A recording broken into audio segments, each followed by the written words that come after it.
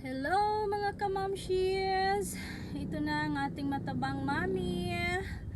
Nagsusundo ng anak dito sa may school. Sa likod lang tayo nagtatambay. At dito natin naantayin ngayon si Ate Ivana. 11:30 po ang out niya ngayon, pero time check is 11:34 na. Bale, meron silang ngayon, practice ng dance na naman, pang 2 days na nila ngayon for sayaw. Hindi ko alam kung para saan nila gaganapin yun. So antay-antay lang tayo kasi kahapon dumating siya ng mga 11:36 dumating siya. Hindi ko tuloy nakuhanan ng video ang pagdating niya kasi yung mayroon ako nakitang kaibigan ko, so napachika lang. Tapos ayun, hindi ko, sabi ko nga gusto kong kunan yung kung anong ikikwento niya pagdating. So ngayon sana makayanan ng aking phone ang hanggang pagdating niya, maantay natin. Kaya ganito, chika-chika pa rin tayo para malaman nyo kung anong chichismis niya ikikwento niya, kasi ngayon nagkikwento na siya palagi.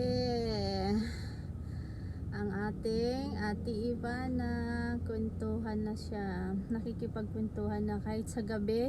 Ang dami niya pang kwento.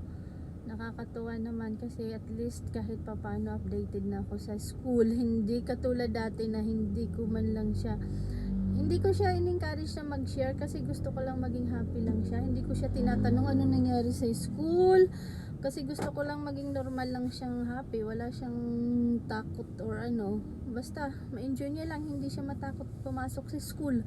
Kaya every time excited siyang mag-school kasi feeling niya normal lang, walang mga pilitan na mag-aaral.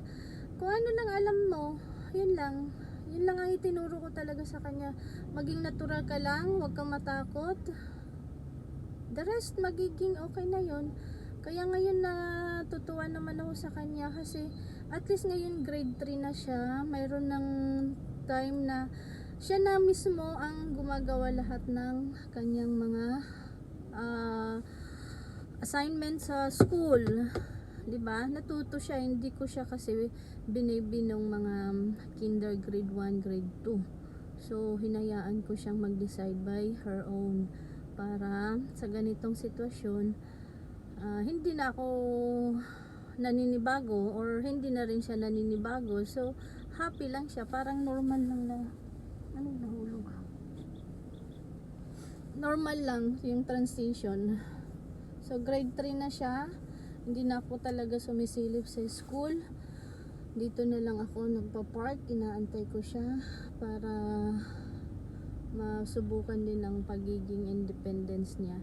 Mas safe naman siya kasi paglabas doon sa gate, malapit lang dito sa gate naman ng subdivision. Pagpasok niya dito, dito na ako nakapark, nag-aantay na ako sa kanya. Tapos hindi katulad kung doon sa harapan ako nag-aantay. Ang nangyayari, tatawid pa, mas maraming tao doon, siksikan or ang gulo, lalo na ganitong oras. Ililipat ko kasi aalis na yung isang dito, sasakyan. Mag-move forward ako. Hindi, yung ko lang siya. So time check is 11:37. Wala pa rin ang ating dalaga.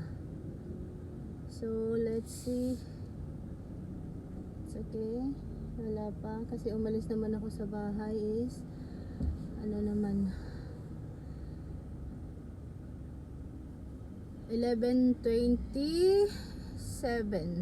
So ilang minuto pa lang tayo. 10 minutes na. 10 minutes na tayo nag-aantay dito. It's okay. Pa-aircon naman tayo.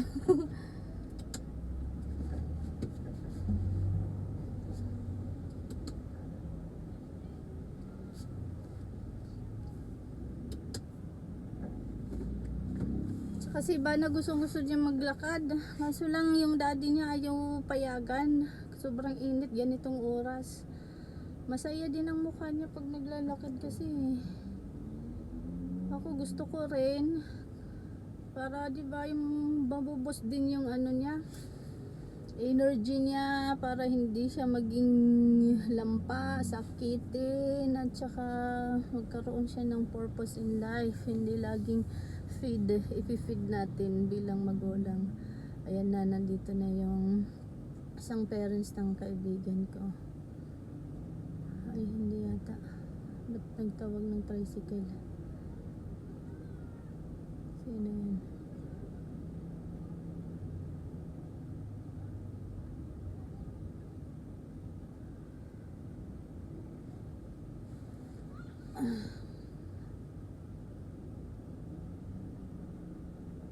This is my... Ayan. Ayan yung daddy niya. Wala pa si Ibats. Wala pa si Ibats. Siguro andito na yun mamaya-maya. Kikita niyo ba siya pagdating dito? Para makachika mo siya. Ay.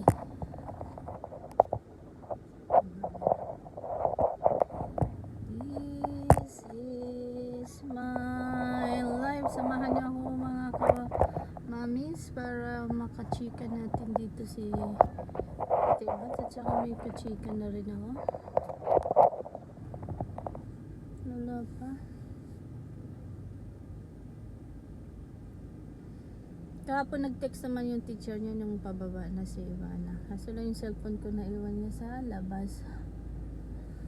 Ay, naiwan ko dito sa loob ng sasakyan. Nakipag-chika-chika pa ako doon. Kaya hindi ko na-replyan agad si teacher. Time check is 11:40. Okay lang yan mga besh. Parang ano pa lang. Siguro hindi, mga 10 minutes pa lang ako nagantay sa kanya kasi dumating ako dito mga 11:30 talaga kasi umalis ako dun sa bahay is 11:28. So 10 minutes pa lang tayo nag-aantay. Tingnan natin. Sana nyo bago ko i-off kasi gusto kong mag-upload ang dami kong sanang i-share sa inyo mga kamamis. Alam mo yun, yung struggle in life is real. Kahit iba-iba ang pagsubok kasi ng tao, hindi naman laging financial, hindi sa family, hindi sa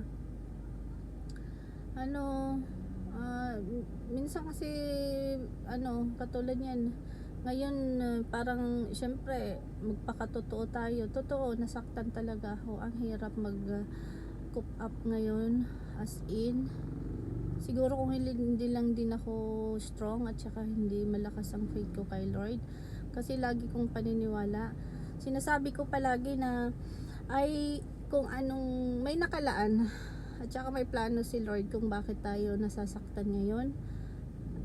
Tinatanong ko si Lord, ano yun Lord, patatagin mo pa ako kasi yung purpose na nakita ko, sabi ko give me a sign, nanghinga ako ng sign before kay Lord. So parang may nangyari na feeling ko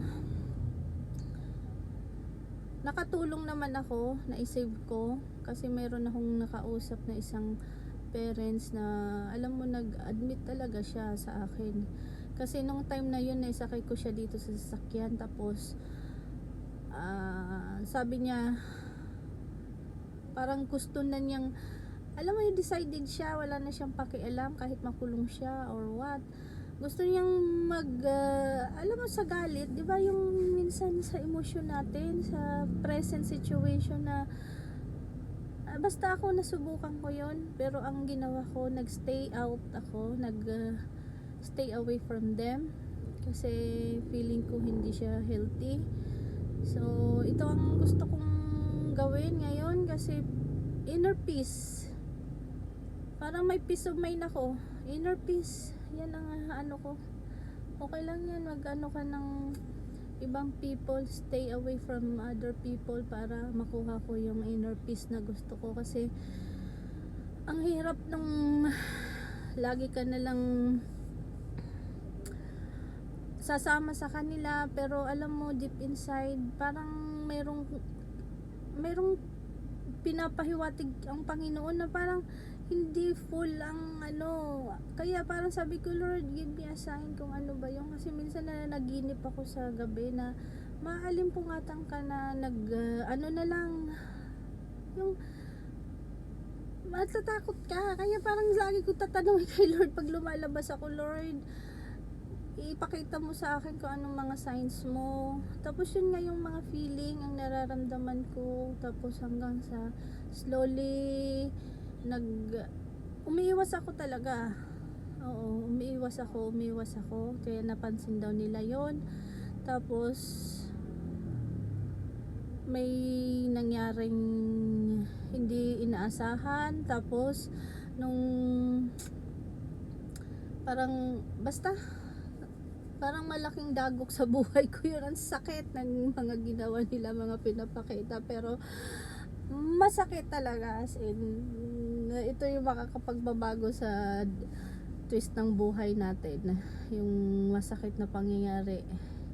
So binago ko ang aking daily routine, which is okay din naman kasi grade 3 na ang ibats ko. So maybe this is the right time, kasi kung hindi baka doon pa rin ako sa school, nag-aabang sa kanya, nag-aano na feeling ko naman hindi na dapat kasi malaki na siya. So ang nangyari, para feeling ko tinulungan lang din ako ni Lord na maitama ang mga desisyon na hindi ko magawa. Ayan na, nandito na si Ate Ivats. Samahan niyo ako mga kamamis. Ayun o, yun na si Ate Ivats. Ayan, nakalak. Hello. Agila ka lang. Hello mga goodbye. Ay, nakaputi siya ngayon kasi pinapagsando